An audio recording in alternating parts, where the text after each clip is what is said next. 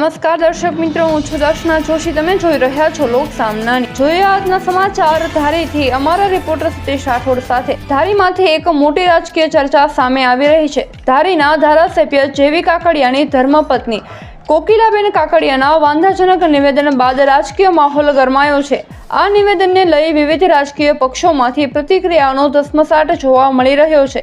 આ સમગ્ર મામલે આમ આદમી પાર્ટીના મહામંત્રી હિરેન વિરડિયાએ તીખી પ્રતિક્રિયા આપતા કડક શબ્દોમાં પ્રહાર કર્યા છે.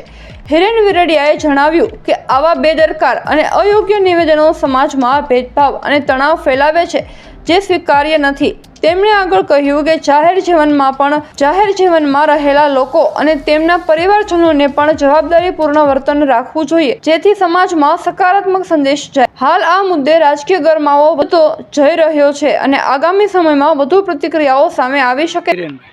મારે જિલ્લાની જનતાને જણાવવાનું છે કે ગઈકાલે મેં સાંભળ્યું કે ધારી બગસરાના ધારાસભ્ય માનનીય જેવી કાકડિયાજીના ધર્મપત્ની કોકિલાબેને જે ફોર્મ ભરવા જવાના પૂર્વે નિવેદન આપ્યું કે વિધર્મીઓ, તો એ શબ્દ એણે કોના માટે વાપર્યો છે, એણે જે ખુલાસો કર્યો છે એ પણ કોઈ લોકોને સમજાતો નથી. અને આવી હલકી કક્ષાની રાજનીતિ ન કરવી જોઈએ.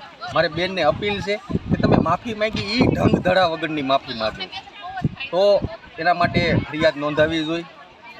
અને આગામી સમયમાં આવું કોઈ પણ લોકોની અંદર, કોંગ્રેસ હોય કે આમ આદમી પાર્ટી હોય, કોઈ પણ તમામ સમાજના લોકો અંદર હોય, કોઈને વિધર્મી ન કહેવા જોઈએ. કાંઈ સોખવટ બેન પાડતા નથી, ગલા તલા કરે છે. અને હું એને પૂછવા માગું છું, તમે પહેલાં ક્યાં હતા? તમે કોંગ્રેસમાંથી જ ભારતીય જનતા પાર્ટીમાં આવ્યા છો, તો મારું તમને નમ્ર બે હાથ જોડીને વિનંતી છે કે આવા ભાગલા પડે એવા નિવેદન ન કરો. અસ્તુ. હા હિરેનભાઈ, જે આ કોકિલાબેને જે એને આપ્યું છે તેને જો ચૂંટણી સમયે કોઈ અસર પડશે કે નહીં? હવે એ તો સમય બતાવશે એને કે આવા નિવેદનો કરાય કે ન કરાય.